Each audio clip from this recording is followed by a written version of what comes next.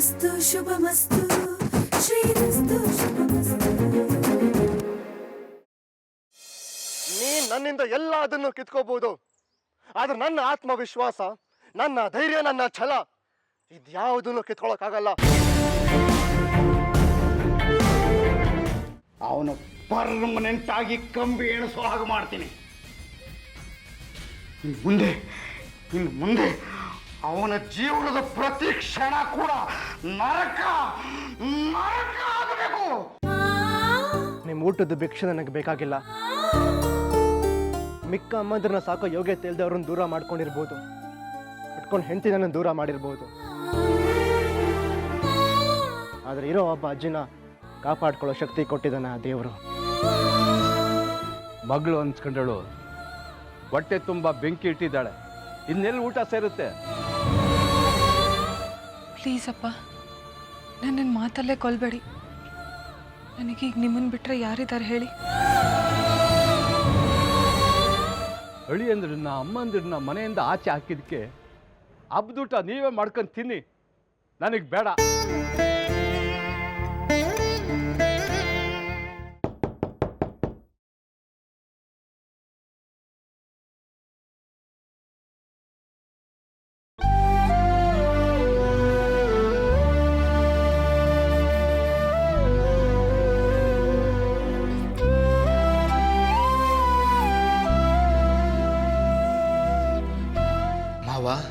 ಇನ್ನು ಮಾವ ಅನ್ನೋ ಸಂಬಂಧನ ನೆನಪಿಟ್ಕೊಂಡಿದ್ದೀರಲ್ಲ,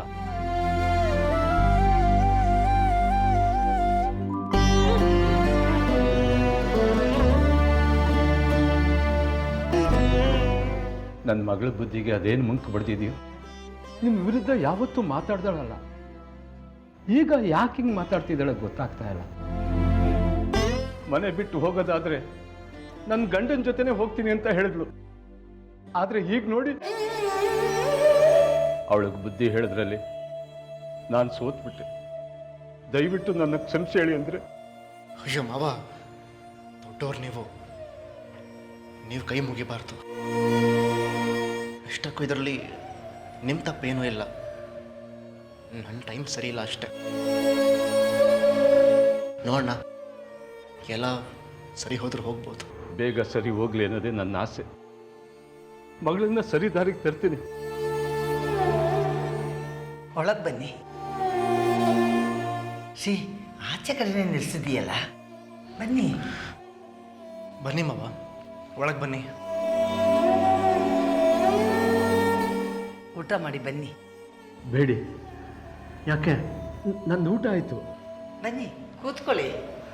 ಶ್ರೀಧನು ಊಟ ಆಗಿಲ್ಲ, ನಿಮ್ಮ ಜೊತೆಗೆ ಮಾತಾಡ್ತಾ ಊಟ ಮಾಡ್ಕೊಳ್ತಾನೆ. ಅಜ್ಜಿ, ಮಾವಂಗ ತಟ್ಟೆ ಹಾಕಿ.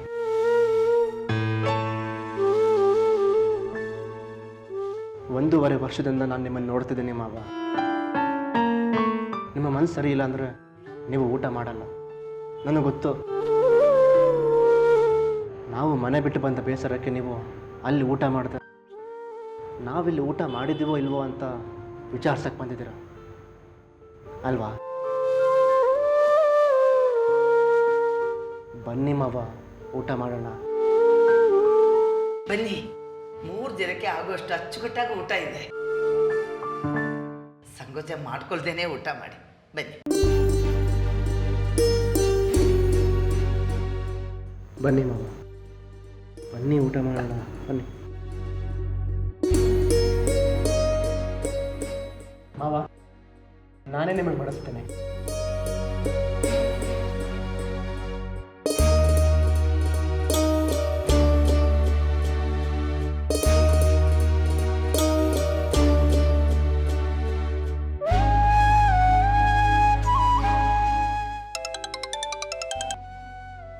ಏನು ಜಾನ್ವಿ, ಶ್ರೀದ್ ಊಟ ಆಯ್ತಾ ಅಜ್ಜಿ? ಈಗ ಆಗಬೇಕು. ಅಳಿಯ ಮಾವ ಒಟ್ಟಿಗೆ ಕೂತಿದ್ದಾರೆ. ಅಪ್ಪ ಅಲ್ಲಿ ಬಂದಿದ್ದಾರಾ? ಹಾಂ, ನೀನು ತಂದಿಟ್ಟು ಹೋದ ಅಡುಗೆನ ಊಟ ಮಾಡ್ತಾ ಇದ್ದಾರೆ. ಏನಾದರೂ ಅಂದ್ರ? ನಿನ್ನನ್ನು ಬೈಕೋತಾ ಇದ್ರು ಮಾವ ಅಳಿಯ ಸೇರ್ಕೊಂಡು. ಈಗ ಅವರಿಬ್ರು ಒಂದಾಗ್ಬಿಟ್ಟಿದ್ದಾರೆ. ನಿನ್ನನ್ನು ಸರಿ ದಾರಿ ತರ್ತೀನಿ ಅಂತ ಹೇಳ್ತಿದ್ರು ನಿಮ್ಮಪ್ಪ. ನೀನೆಂಥ ತ್ಯಾಗ ಮಾಡ್ತಿದೀಯ ಅನ್ನೋ ಅರಿವೇ ಇಲ್ಲ ಅವರಿಗೆ. ನಿಂದು ಊಟ ಆಯ್ತಾ? ಶ್ರೀ ಜೊತೆನೇ ಊಟ ಮಾಡಿ ರೂಢಿ ಆಗ್ಬಿಟ್ಟಿದೆ. ಅವನೀಗ ಊಟ ಮಾಡ್ತಿದ್ದಾನೆ, ನೀನು ಮಾಡು. ಅವನು ಊಟ ಮಾಡಿದ್ದನ್ನು ನೋಡಿದೆ, ನನಗೆ ಊಟ ಮಾಡೋಕ್ಕೆ ಮನಸ್ಸಾಗ್ತಿಲ್ಲ ಅಜ್ಜಿ. ಒಂದು ನಿಮಿಷ ಇರು.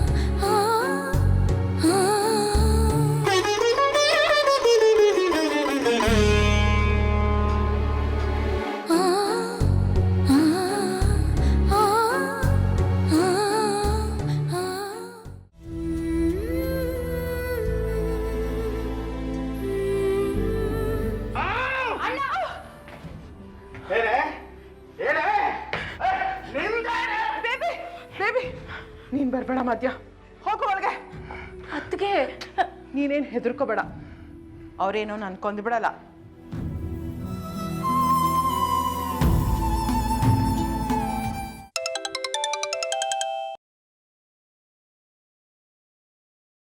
ಕಲಾ, ಅತ್ತೆ ನಂಗೆ ಇಲ್ಲಿರಕ್ಕಾಗ್ತಿಲ್ಲ ಅತ್ತೆ, ನಾನು ನಿಮ್ಮ ಜೊತೆನೆ ಬಂದಿದ್ಬಿಡ್ತೀನಿ. ಯಾಕೆ ಕಲಾ? ಇಲ್ಲಿ ನೆಮ್ಮದಿನೇ ಇಲ್ಲ ಅತ್ತೆ, ಒಂಥರ ಭಯ. ಯಾಕೆ? ಮೊದಲಿನ ಥರ ಹೊಡೆಯೋದು ಬಡಿಯೋದು ಮಾಡಿದ್ನಾ? ಶ್ರೀ ಬಗ್ಗೆ ಕೆಟ್ಟಂಗೆ ಮಾತಾಡ್ಕೊಂಡು ಬೈಕೊಂಡು ಅನ್ಕೊಂಡು ಕೂತಿದ್ರು. ನಾನು ಶ್ರೀ ಪರವಾಗಿ ಮಾತಾಡ್ದೆ ಅಂತ ಹೊಡೆಯೋಕ್ಕೆ ಬಂದ್ಬಿಟ್ರು ಅತ್ತೆ. ಅವನ ಬುದ್ಧಿ ನಿನ್ಗೆ ಗೊತ್ತಲ್ವಾ? ಸುಮ್ಮನೆ ಯಾಕೆ ಅವನ ಹತ್ರ ವಾದ ಮಾಡ್ತೀಯಾ? ಅವನೇನಾದ್ರೂ ಮಾಡ್ಕೊಳ್ಳಿ, ನೀನು ಸುಮ್ಮನೆ ಇದ್ಬಿಡು. ಅದು ಬಿಟ್ಟು ಬೇಡದೇ ಇರೋ ವಿಷಯಕ್ಕೆಲ್ಲ ಜಗಳ ಆಡಿಕೊಂಡು ಅವನನ್ನು ಬಿಟ್ಟು ಬರ್ತೀನಿ ಅನ್ನೋದು ಸರಿಯಲ್ಲ. ಎಷ್ಟೋ ವರ್ಷಗಳ ನಂತರ ಗಂಡನ ಜೊತೆಲಿರೋಕ್ಕೆ ಒಂದು ಅವಕಾಶ ಸಿಕ್ಕಿದೆ. ಸಣ್ಣ ಸಣ್ಣ ತೊಂದರೆಗಳಿಗೆಲ್ಲ ಮನಸ್ಸು ಕಟ್ಸ್ಕೊಂಡು ದೂರ ಆಗಬೇಡಕ್ಕಲ್ಲ. ದೂರ ಇದ್ದಾಗಲೇ ಚೆನ್ನಾಗಿದೆ ಅತ್ತೆ. ಮನುಷ್ಯನ ಮನಸ್ಸೇ ಹಾಗೆ, ಇರೋದ್ರ ಬಗ್ಗೆ ತೃಪ್ತಿ ಇಲ್ಲ, ಇಲ್ಲದೆ ಇರೋದ್ರ ಬಗ್ಗೆನೇ ಯೋಚನೆ ಮಾಡುತ್ತೆ. ಇಲ್ಲಿ ಬಂದು ನಮ್ಮ ಜೊತೆಗಿರ್ತೀನಿ ಅಂತ ಹೇಳ್ತೀಯಲ್ಲ, ಇಲ್ಲಿ ಯಾವ ಸುಖ ಸಂತೋಷ ಉಳಿದಿದೆ? ಒಬ್ಬೊಬ್ರು ಒಂದೊಂದು ದಿಕ್ಕು ಅನ್ನೋ ಥರ ಆಗಿದೆ. ನಾನು ಶ್ರೀ ಒಂದು ಚಿಕ್ಕ ಮನೇಲಿ ಉಳ್ಕೊಂಡಿದ್ದೀವಿ. ನಮ್ಮ ಹಣೆಯಲ್ಲಿ ಬರ್ದಿದ್ದನ್ನು ನಾವು ಅನುಭವಿಸ್ತಾ ಇದ್ದೀವಿ. ನೀನು ಯಾಕೆ ಇಲ್ಲಿ ಬಂದು ಕಷ್ಟಪಡ್ತೀಯ? ನಿನಗೆ ನಮ್ಮನ್ನು ನೋಡಬೇಕು ಅಂತ ಅನಿಸಿದಾಗೆಲ್ಲ ಇಲ್ಲಿಗೆ ಧಾರಾಳವಾಗಿ ಬಂದೋಗು. ಇದು ನಿನ್ನ ಮನೆನೇ, ಆಯ್ತಾ?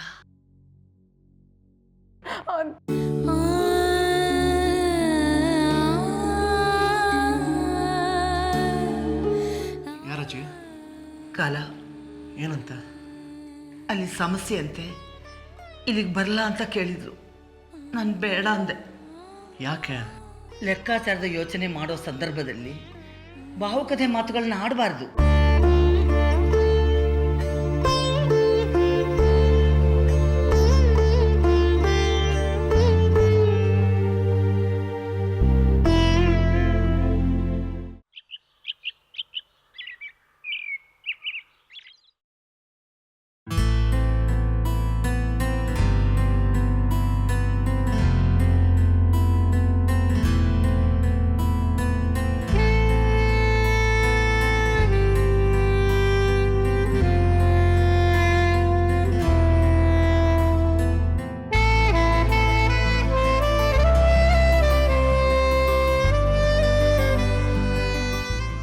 ಕೆಲಸ ಸಿಗ್ತಾ ಶ್ರೀ? ಹುಡುಕ್ತಾ ಇದ್ದೀನಿ. ಆದಷ್ಟು ಬೇಗ ಒಂದು ಒಳ್ಳೆ ಕೆಲಸ ಸಿಗೋ ಹಾಗಾಗ್ಲಿ. ಖಂಡಿತ ಸಿಗುತ್ತೆ ರೀ, ನನ್ನ ಯೋಗ್ಯತೆಗೆ ತಕ್ಕನಾಗಿರೋ ಕೆಲಸನೇ ಸಿಗುತ್ತೆ. ಎಲ್ಲಿಗೆ ಹೊರಟಿದ್ದೀರಾ? ಕೆಲಸಕ್ಕೆ. ಹೊಸ ಕೆಲಸ ಸಿಗ್ತಾ? ಹೊಸ ಕೆಲಸನಾ? ನಾನು ಆಲ್ರೆಡಿ ಕೆಲಸ ಮಾಡ್ತಿದ್ದೀನಲ್ಲ. ಅಂದರೆ ನೀವಿನ್ನೂ ಆ ಮದನ್ ಆಫೀಸಲ್ಲೇ ಕೆಲಸ ಮಾಡ್ತಿದ್ದೀರಾ? ಹೌದು. ನಾನು ಕೆಲಸ ಬಿಟ್ಟರು ನೀವಿನ್ನೂ ಅಲ್ಲಿ ಕೆಲಸ ಬಿಟ್ಟಿಲ್ವಾ? ನಾನು ಕೆಲಸ ಬಿಡೋ ಸ್ಥಿತಿಯಲ್ಲಿಲ್ಲ. ಪ್ರಾಬ್ಲಮ್ ಇರೋದು ನಿಮ್ಮ ಸ್ಥಿತಿಲಲ್ಲ ರೀ, ನಿಮ್ಮ ಮನಸ್ಥಿತಿಲಿ. ನನ್ನನ್ನೇ ಬೇಡ ಅಂತ ದೂರ ಇಟ್ಟಿದ್ದೀರಾ, ಇನ್ನು ಆ ಮದನ್ ಆಫೀಸಲ್ಲಿ ಕೆಲಸ ಬಿಡ್ತೀರಾ? ಹಾಗಲ್ಲ ಶ್ರೀ. ಗೊತ್ತು ರೀ, ನನಗೆ ಅಷ್ಟೊಂದು ಅವಮಾನ ಮಾಡ್ದ ಮದನ್ ಆಫೀಸಲ್ಲಿ ಇನ್ನೂ ಕೆಲಸ ಮಾಡ್ತಿದ್ದೀರಾ ಅಂದರೆ ನಿಮ್ಮ ಉದ್ದೇಶ ಏನು ಅಂತ ನನಗೆ ಅರ್ಥ ಆಗುತ್ತೆ. ಒಟ್ಟಿನಲ್ಲಿ ನನಗೆ ಸಾಧ್ಯವಾದಷ್ಟು ಅವಮಾನ ಮಾಡಬೇಕು ಅಂತ ಡಿಸೈಡ್ ಮಾಡಿಬಿಟ್ಟಿದ್ದೀರಾ. ಆ್ಯಸ್ ಯು ವಿಶ್, ನಿಮಗೆ ಇಷ್ಟ ಬಂದಂಗೆ ಮಾಡ್ಕೊಳ್ರಿ.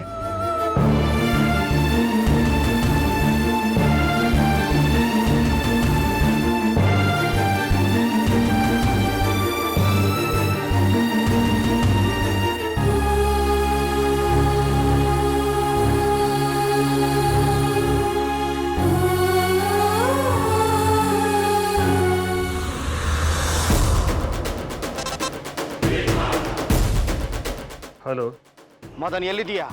ಆಫೀಸ್ನಲ್ಲಿ. ನಿನ್ನ ಸೆಕ್ರೆಟರಿ ಅಲ್ಲೇ ಇದ್ದಾಳ? ಇಲ್ಲ, ಇನ್ನೂ ಬಂದಿಲ್ಲ. ಬರೋ ಟೈಮ್ ಆಯಿತು. ಯಾಕೆ? ಸರಿಯಾಗಿ ಗಮನ ಇಟ್ಟು ಕೇಳಿಸ್ಕೊ. ಆ ಶ್ರೀ ಏನೋ ಸಾಧಿಸ್ಬಿಡ್ತೀನಿ, ನನಗೆ ಬುದ್ಧಿ ಕಲಿಸ್ತೀನಿ ಅಂತ ಚಾಲೆಂಜ್ ಮಾಡಿ ಹೋಗಿದ್ದಾನೆ. ಅದಕ್ಕೆ ಮುಂಚೆ ನಾವು ಅವನಿಗೆ ಬುದ್ಧಿ ಕಲಿಸ್ಬೇಕು.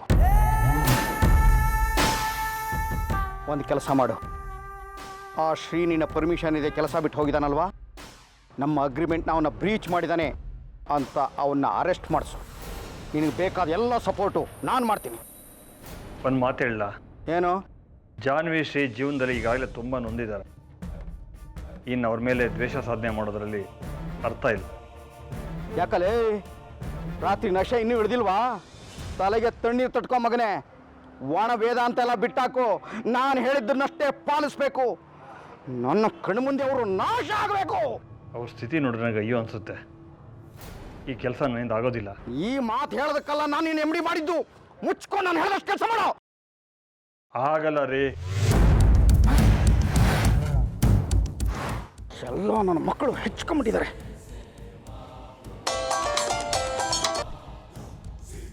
ಹೇಳಿದ್ನೆಲ್ಲ ಆಗೋದಿಲ್ಲ ಅಂತ ಪದೇ ಪದೇ ಯಾಕ್ರಿ ಫೋನ್ ಮಾಡ್ತೀರಿ? ನನಗೆ ಬೇರೆ ಕೆಲಸ ಇದೆ. ಹೇ ಹೇ, ಏನು ಅಂತ ಗಂಧಾರಿ ಕೆಲಸ? 1000 ಇರುತ್ತೆ. ಇಡೋ ಫೋನು. ಏನಂದ್ರೆ? ಇಡೋ ಫೋನ್ ಒಂದೇ.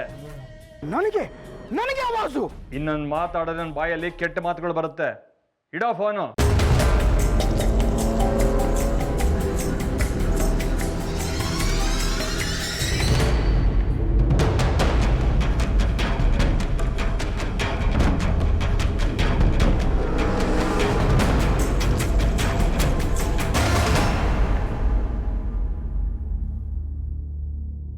Good morning sir. Good morning. ನಿಮ್ಮ ಗಂಡದ ಚಿಕ್ಕಪ್ಪ ಹರಿ ಫೋನ್ ಮಾಡಿದ್ದ. ಏನಂತೆ? ಶ್ರೀನಿಧಿ ಕಾಂಟ್ರಾಕ್ಟ್ನ ಕ್ಯಾನ್ಸಲ್ ಮಾಡಿರೋದನ್ನ ಅವನು ಹೇಗಾದರೂ ಮಾಡಿ ಸಿಕ್ಕಾಕ್ಸು ಅಂತ ಫೋನ್ ಮಾಡ್ದ. ನಾನು ಆಗೋದಿಲ್ಲ, ಫೋನ್ ಇಡು ಕೆಳಗೆ ಅಂದೆ. ಎಂಥ ಥರ್ಡ್ ಕ್ಲಾಸ್ ನನ್ನ ಮಗ ಹರಿ. ಸ್ವಂತ ಚಿಕ್ಕಪ್ಪ ಶ್ರೀನಿಧಿ ಮಗ ಆಗಬೇಕು, ಅವನಿಗೆ ಹಾಳಾಗ್ಲಿ ಅಂತ ಬಯಸ್ತಾನಲ್ಲ. ಯಾಕ್ರಿ? ನೀವು ಮಾಡಿರೋ ಉಪಕಾರಕ್ಕೆ ಇಷ್ಟು ದಿನ ಮಣ್ತಿನ ಕೆಲಸ ಮಾಡಿದ್ದೆ. ಇನ್ಮೇಲಾದ್ರೂ 4 ಒಳ್ಳೆ ಕೆಲಸ ಮಾಡೋಣ ಅಂತ. ಒಬ್ರು ಕೆಟ್ಟದ್ದು ಬಯಸೋದ್ರಲ್ಲಿ ಅರ್ಥ ಇಲ್ಲ ರೀ. ಒಬ್ರು ಕೆಟ್ಟದ್ದು ಬಯಸಿದ್ರೆ ಮನಸ್ಸು ಅಶಾಂತಿ, ಭಾರ, ನೆಮ್ಮದಿ ಕಳ್ಕೊಡುತ್ತೆ. ಆದರೆ ಒಬ್ರಿಗೆ ಒಳ್ಳೇದು ಮಾಡಿದ್ರೆ ಮನಸ್ಸು ಸುಖ, ಶಾಂತಿ, ನೆಮ್ಮದಿಯಿಂದ ಕೂಡಿರುತ್ತೆ. ಸಾಯಕ್ಕೆ ಮುಂಚೆ ಈ ಸತ್ಯ ಅರ್ಥ ಆಯಿತು.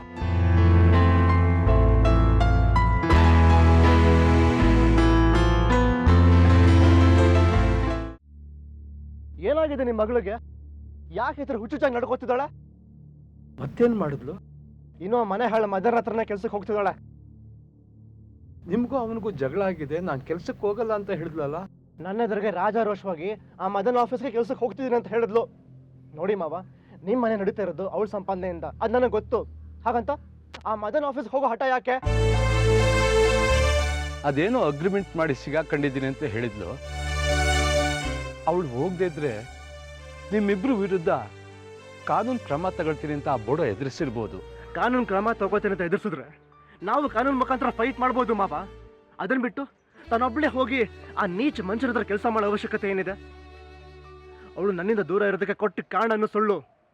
ಅವಳಿಗೆ ನಿಜವಾಗ್ಲೂ ಅಮ್ಮಂದ್ರ ಬಗ್ಗೆ ಕಂಪ್ಲೇಂಟ್ ಇದ್ದಿದ್ರೆ ಅವಳು ಅವ್ರನ್ನ ದೂರ ಮಾಡಿ ನನ್ನ ಜೊತೆ ಸುಖವಾಗಿರ್ತಿದ್ಲು. ಅದನ್ನು ಬಿಟ್ಟು ಅವಳು ಹಾಗೂ ಮಾಡಲಿಲ್ಲ.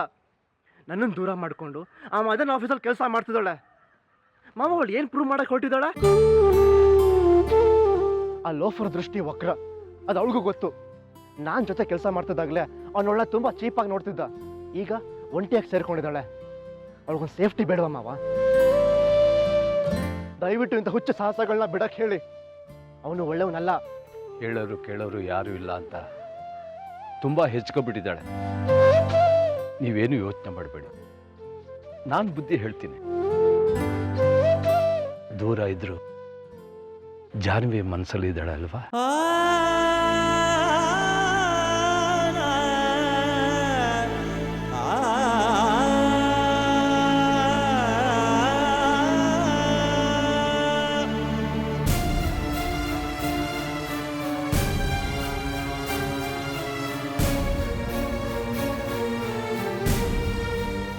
ತಾಯಿ ಇಲ್ಲದ ಮಗಳು ಅಂತ ಸ್ನೇಹದಿಂದ ನಡ್ಕೊಂಡಿದ್ದೆ ತಪ್ಪಾಯ್ತಾ?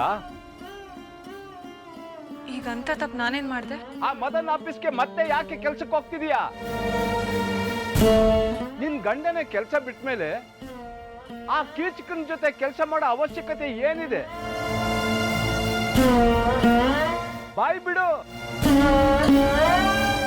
ಅವ್ರ ಹತ್ರ ದುಡ್ಡು ತಗೊಂಡಿದ್ದೀನಿ. ಯಾಕೆ ತಗೊಂಡೆ ದುಡ್ಡು?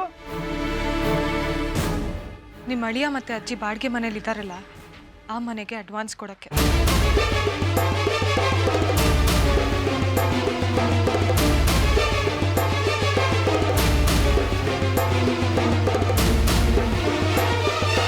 ಅಂದ್ರೆ ಆ ದುಡ್ಡು ಮದನ್ ಹತ್ರ ಇಸ್ಕೊಂಡ?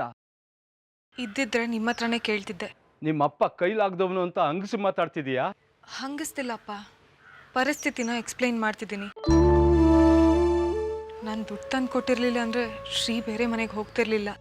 ನೀನು ಮದನ್ ಆಫೀಸ್ಗೆ ಹೋಗೋದ್ರಿಂದ ಅಳಿಯಂದ್ರು ತುಂಬಾ ಡಿಸ್ಟರ್ಬ್ ಆಗ್ಬಿಟ್ಟಿದ್ದಾರೆ. ಅವ್ರಿಗೆ 1 ಲಕ್ಷದ ವಿಷಯ ತಿಳಿಸ್ಲೇಬೇಕು, ಇಲ್ಲಾಂದ್ರೆ ಅನರ್ಥ ಆಗುತ್ತೆ.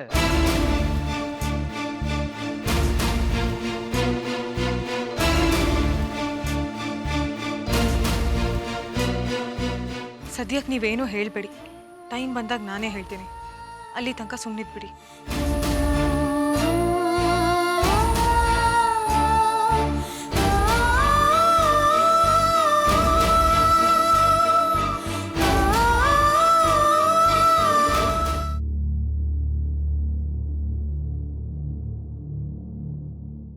ಅಜ್ಜಿ, ಕುಡಿಯೋದಕ್ಕೆ ಸ್ವಲ್ಪ ನೀರು ಕೊಡಿ.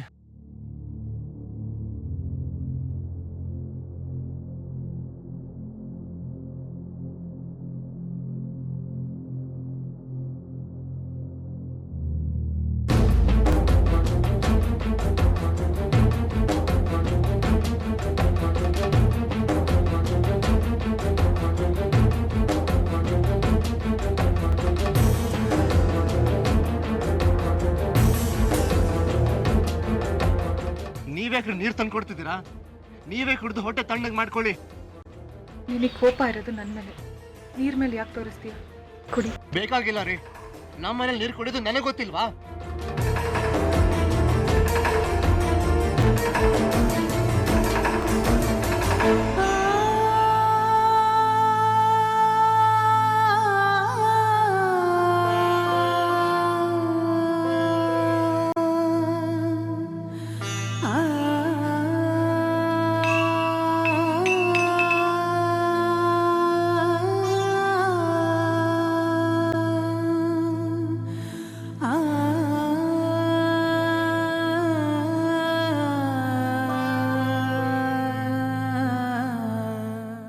ಇಲ್ಲಿಗೆ ಪದೇ ಪದೇ ಬರೋಂಥದ್ದು ಏನಿದೆ ಅಜ್ಜಿ? ಹೆಂಡತಿ ಆದವಳು ಇಲ್ಲಿಗಲ್ದೆ ಇನ್ನೆಲ್ಲಿಗೆ ಬರಬೇಕು? ಅದು ನಿನ್ನೆ ಮೊನ್ನೆವರೆಗೂ ಮಾತ್ರ. ಇವ್ರಿಗೆ ನಿಜವಾಗ್ಲೂ ಗಂಡ ಅನ್ನೋ ಪ್ರೀತಿ ಇದ್ದಿದ್ರೆ ನನಗೆ ಅಷ್ಟೊಂದು ಇನ್ಸಲ್ಟ್ ಮಾಡ್ದ ಮದನ್ ಆಫೀಸಲ್ಲಿ ಕೆಲಸ ಮಾಡ್ತಿರ್ಲಿಲ್ಲ. ನನಗೆ ಕೆಲಸದ ಅನಿವಾರ್ಯತೆ ತುಂಬ ಇದೆ. ಮನೇಲಿ ನನ್ನನ್ನೇ ನಂಬ್ಕೊಂಡು ಕೆಲವು ಜನ ಇದ್ದಾರೆ. ಅವರಿಗೋಸ್ಕರನಾದರೂ ನಾನು ಕೆಲಸ ಮಾಡಲೇಬೇಕು. ಕೆಲಸದ ಅನಿವಾರ್ಯತೆ ಇದೆ ಅಂದರೆ ಬೇರೆ ಕಡೆ 1000 ಕೆಲಸ ಇದೆ. ಎಲ್ಲದನ್ನು ಬಿಟ್ಟು ಅವನ ಹತ್ರನೇ ಕೆಲಸ ಮಾಡಬೇಕು ಅನ್ನೋದೇನಿದೆ? ಕೆಲಸ ಸಿಗ್ಬೇಕಾದ್ರೆ ಎಷ್ಟು ಕಷ್ಟ ಅಂತ ಇಷ್ಟೊತ್ತಿಗಾಗಲೇ ಕೆಲವ್ರಿಗೆ ಗೊತ್ತಾಗಿರ್ಬೇಕಲ್ವಾ ಅಜ್ಜಿ? ಅನ್ನಪೂರ್ಣ ಫುಡ್ ಪ್ರಾಡಕ್ಟ್ಸ್ MDಗೆ ಒಂದು ಕೆಲಸ ಸಿಗ್ತಿಲ್ಲ ಅಂದರೆ ನನಗೆಲ್ಲಿಂದ ಸಿಗ್ಬೇಕು ಹೇಳಿ? ಕೆಲಸ ಸಿಗೋದು ಒಂದು 4 ದಿನ ಲೇಟ್ ಆಗ್ಬೋದು. ಅಷ್ಟಕ್ಕೆ ಹೆದರ್ಕೊಂಡು ಆ ದುಷ್ಟನ ಹತ್ರ ಕೆಲಸ ಮಾಡೋದು ಸರಿನಾ? ಅದು ತನ್ನ ಗಂಡಂಗೆ ಅಷ್ಟೊಂದು ಅವಮಾನ ಮಾಡಿದವನ ಹತ್ರ. ಆಯ್ತು, ಇಲ್ಲಿ ಕೆಲಸ ಬಿಟ್ಟು ಬೇರೆ ಕಡೆ ಸೇರ್ಕೊಂತೀನಿ. ಅಲ್ಲಿ ಒಳ್ಳೆಯವ್ರು ಸಿಗ್ತಾರೆ ಅಂತ ಏನು ಗ್ಯಾರಂಟಿ? ಅವ್ನು ಸರಿ ಇಲ್ಲ ಅಂತ ಬೇರೆ ಕಡೆ ಹೋಗೋದು, ಅವನು ಸರಿ ಇಲ್ಲ ಅಂತ ಬೇರೆ ಕಡೆ ಹೋಗೋದು, ಎಷ್ಟು ಕಡೆ ಅಂತ ಅಲಿಯೋದು? ಎಷ್ಟಕ್ಕೂ ಆ ಕೆಟ್ಟ ಮನುಷ್ಯನ ಹತ್ರ ನಾನು ಕೆಲಸ ಮಾಡಬಾರ್ದು ಅಂತ ನಿಜವಾಗ್ಲೂ ಇವ್ರಿಗೆ ಕಾಳಜಿ ಇದ್ರೆ ಇವರಿಗೆ ಒಂದು ಕಂಪ್ನಿ ಶುರು ಮಾಡಕ್ಕೆ ಹೇಳಿ. ನಾನು ಅಲ್ಲೇ ಸೇರ್ಕೋತೀನಿ, ಆಗ ನಾನು ಸೇಫ್. ಇವ್ರ ಕೈಯಲ್ಲಿ ಅದಾಗುತ್ತಾ ಕೇಳಿ ಅಜ್ಜಿ.